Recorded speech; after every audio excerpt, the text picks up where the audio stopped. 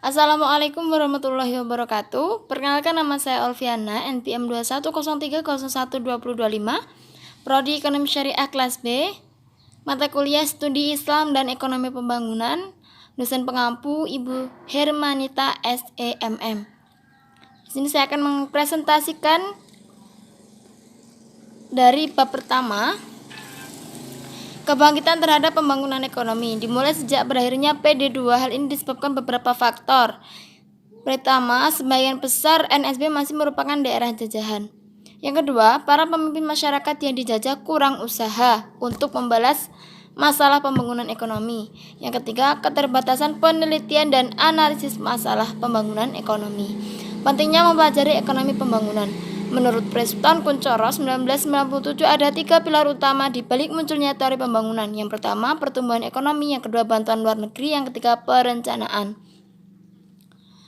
Karakteristik umum negara sedang berkembang. Berdasarkan tingkat kesejahteraan masyarakat, negara di dunia ini berbeda. Dibedakan menjadi 2 kelompok. Yang pertama, negara yang sudah maju, dan yang kedua adalah negara sedang berkembang. Karakteristik umum negara sedang berkembang yaitu tingkat kehidupan yang rendah, tingkat produktivitas yang rendah, tingkat pertumbuhan penduduk dan beban tanggungan yang tinggi, tingginya tingkat perkembangan pengangguran dan pengangguran semu, ketergantungan terhadap produk pertanian dan ekspor produk primer, kekuasaan, ketergantungan dan dalam hubungan-hubungan internasional. Pengertian pembangunan dan makna pembangunan. Pembangunan adalah suatu orientasi dan kegiatan usaha tanpa akhir. Pembangunan ekonomi adalah suatu rangkaian proses kegiatan yang dilakukan oleh suatu negara untuk mengembangkan kegiatan atau aktivitas ekonomi untuk meningkatkan taraf hidup kemakmuran dalam jangka panjang. Ekonomi pembangunan adalah suatu bidang studi dalam ilmu ekonomi yang mempelajari tentang masalah-masalah ekonomi di negara sedang berkembang dan kebijakan-kebijakan yang perlu dilakukan untuk mewujudkan pembangunan ekonomi. Paradigma ekonomi pembangunan. Pembangunan ekonomi sebagai bagian dari pembangunan nasional. Pembangunan ekonomi hanya meliputi usaha masyarakat untuk mengembangkan kegiatan ekonomi dan mempertinggi tingkat pendapatan masyarakat dalam jangka panjang. Pembangunan nasional dilaksanakan oleh suatu masyarakat bangsa secara keseluruhan, antara lain meliputi pembangunan sosial, ekonomi, politik, dan budaya. Tujuan pembangunan sering mengalami kegagalan akibat kesalahan. 1. Pembangunan semula dimasukkan untuk secepat mungkin mencapai GDP yang tinggi. Strategi pembangunan itu didasarkan atas asumsi bahwa pembagian dapat dipisahkan dari pertumbuhan dan dilakukan kemudian. Untuk selanjutnya yaitu strategi pembangunan ekonomi. Strategi pembangunan ekonomi dilaksanakan dengan trilogi pembangunan. Yang pertama, pemerataan pembangunan dan hasil-hasilnya menuju terciptanya keadilan sosial bagi seluruh rakyat. 2. Pertumbuhan ekonomi yang cukup tinggi. 3. Stabilitas nasional yang mantap, sehat, dan dinamis. Indikator keberhasilan pembangunan. Indikator ekonomi dan indikator non-ekonomi. Indikator lainnya yaitu garis kemiskinan, kebutuhan dasar minimum, dan kriteria Bank Dunia. Pertumbuhan dan pembangunan ekonomi. Yang pertama, teori pertumbuhan. Ada teori Adam Smith, teori Karl Marx, dan teori Rostow. Dalam teori Rostow dibedakan menjadi 5 tahap. Yang pertama, masyarakat tradisional. 2.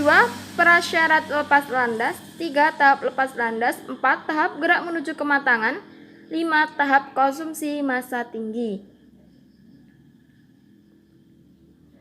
Teori perubahan struktural. Teori Buck dualisme sosial. B. Teori pembangunan Arthur Lewis. Dan C. Teori Chenery. Untuk yang selanjutnya yaitu distribusi pendapatan dan kemiskinan. Yang pertama, pertumbuhan ekonomi. A. Faktor-faktor yang mempengaruhi pertumbuhan ekonomi yaitu yang pertama, akumulasi modal. Yang kedua, pertumbuhan penduduk. Yang ketiga, kemajuan teknologi. Yang B.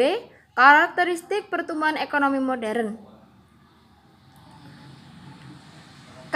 Memisahkan menjadi Simon Kuznets memisahkan menjadi 6 karakteristik, yaitu 2. Variabel ekonomi agresif.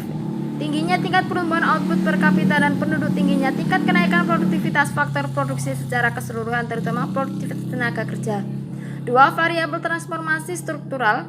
tingginya tingkat transformasi struktur ekonomi, tingginya tingkat transformasi sosial dan budaya. Ketiga, 2 faktor yang mempengaruhi meluasnya pertumbuhan ekonomi internasional. Kecenderungan negara-negara maju secara ekonomis untuk menjangkau seluruh dunia untuk mendapatkan pasar dan bahan baku pertumbuhan ekonomi ini terbatas hanya pada sepertiga populasi dunia. Distribusi pendapatan. Penghapusan kemiskinan dan berkembangnya ketidakmerataan distribusi pendapatan merupakan inti permasalahan pembangunan penyebab ketidakmerataan distribusi pendapatan di NSB. Kemiskinan. Ada 3 penyebab kemiskinan. Yang pertama, secara mikro kemiskinan muncul karena adanya ketidaksamaan pola kepemilikan sumber daya hingga menimbulkan distribusi pendapatan yang timpang. Yang kedua, kemiskinan timbul akibat perbedaan kualitas sumber daya manusia.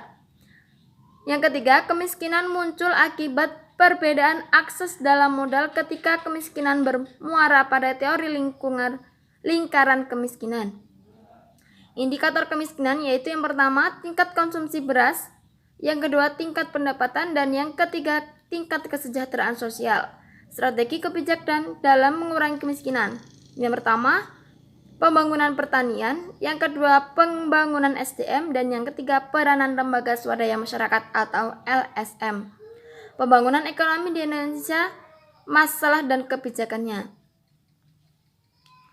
Pada periode 1945 sampai 1950, masalah pokok yang dihadapi adalah struktur ekonomi,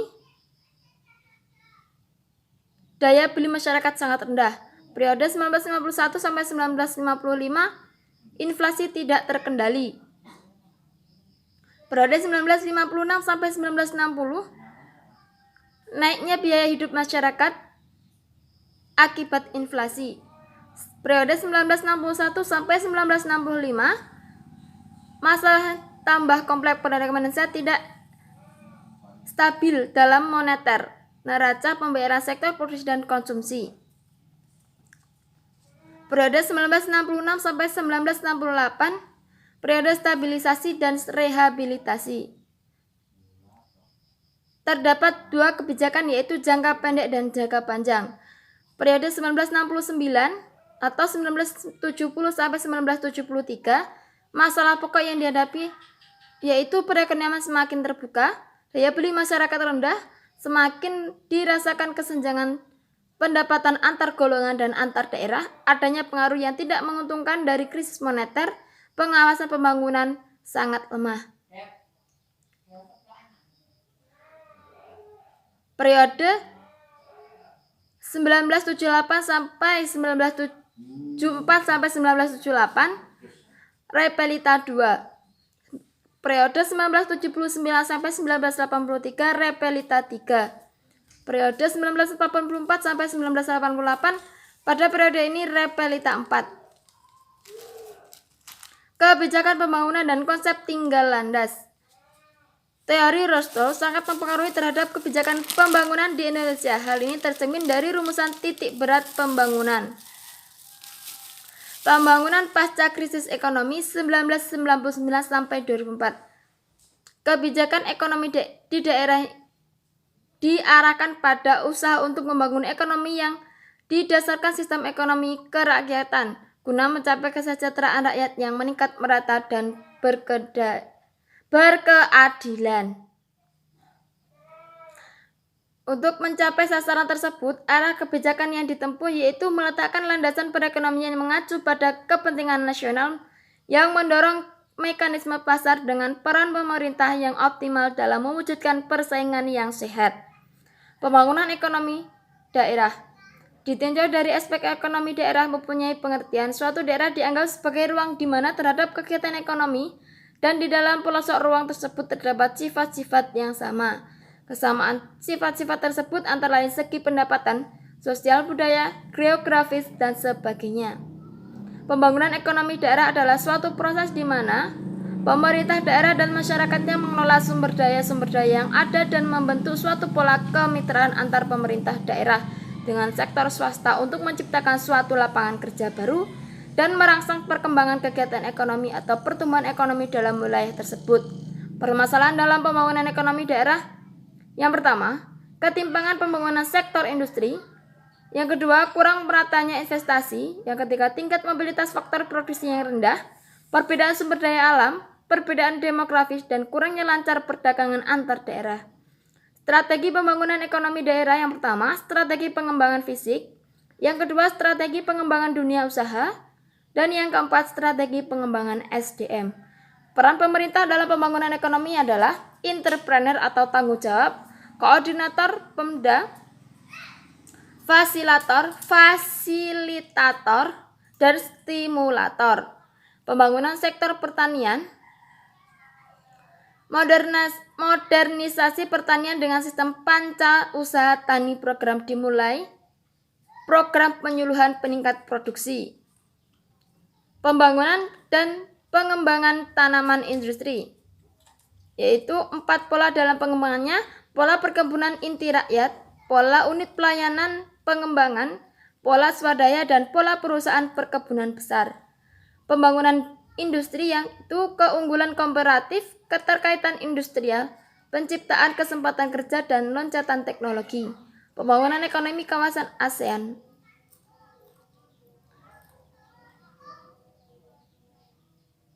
Kerjasama ekonomi ASEAN.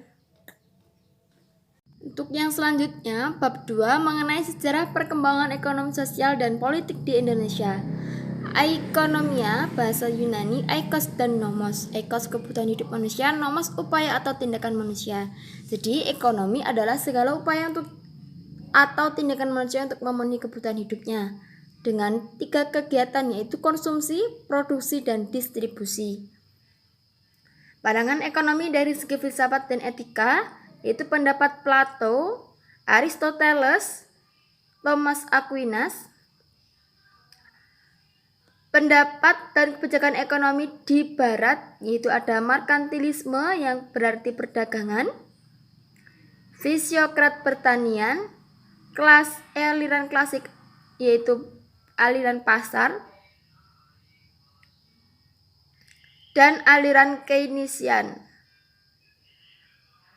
Akan tetapi, teori Keynesian ini berkali-kali mengalami kegagalan karena pada waktu itu justru terjadi stagnasi dan inflasi.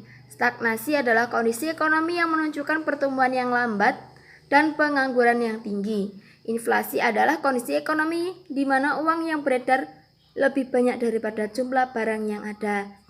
Aliran New Klasik atau klasik baru. Perkembangan sosial, politik, dan ekonomi di Indonesia. Itu perkembangan sosial dan politik di Indonesia terjadi pada tahun 1950 sampai 1994. Selanjutnya, bab 4 mengenai ekonomi pembangunan perspektif konvensional. Sistem kesatuan yang menyeluruh dan terorganisasi dari satu atau lebih bagian yang disebut subsistem. Sistem perekonomian yaitu suatu sistem yang mengatur dan menjalin hubungan ekonomi antar manusia dengan seperangkat kelembagaan dalam suatu tatanan kehidupan. Sistem perekonomian di berbagai negara memiliki perbedaan mendasar, yaitu kepemilikan faktor-faktor produksi, keleluasaan berkompetensi, dan peranan pemerintah. Beberapa sistem perekonomian yang dianut di berbagai negara yaitu sistem perekonomian kapitalisme, sosialisme, dan Pancasila. Sistem perekonomian kapitalisme yaitu ada 2 keleluasaan yang sangat longgar bagi setiap orang untuk memiliki faktor-faktor produksi kompetensi individu dalam memenuhi kebutuhan hidup. Sistem perekonomian sosialisme yaitu faktor ekonomi diklaim sebagai milik negara. Sistem ini lebih menekankan pada kebersamaan. Sistem perekonomian campuran atau Pancasila ada 2 faktor produksi yang dikelola dan dimiliki oleh swasta dan ada yang hanya boleh dikelola oleh negara saja.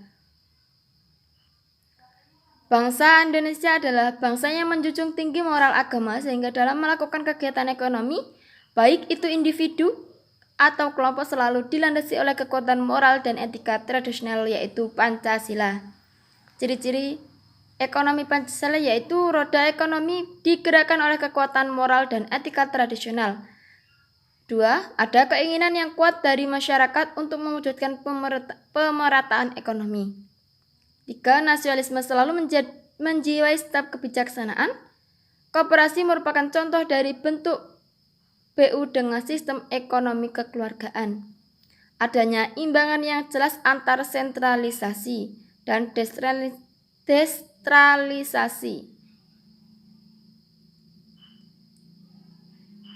Asas kebersamaan diilhami oleh sila-sila dari Pancasila. Pengembangan sektor swasta secara terkendali. Peran sektor swasta dalam membangun perekonomian ini sangat penting, akan tetapi untuk mencegah terjadinya oligopolio. Dasar konstitusi undang-undang yang mendeskripsikan sistem perekonomian di Indonesia. Itu pasal 33 ayat 1, pasal 33 ayat 2, pasal 33 ayat 3, pasal 34 Undang-Undang 45, dan pasal 27 Undang-Undang 45. Pasal 33 mengandung makna demokrasi ekonominya. Dalam demokrasi ekonomi harus dihindari ciri negatif, yaitu sistem free trade liberalis dan sistem etatisme.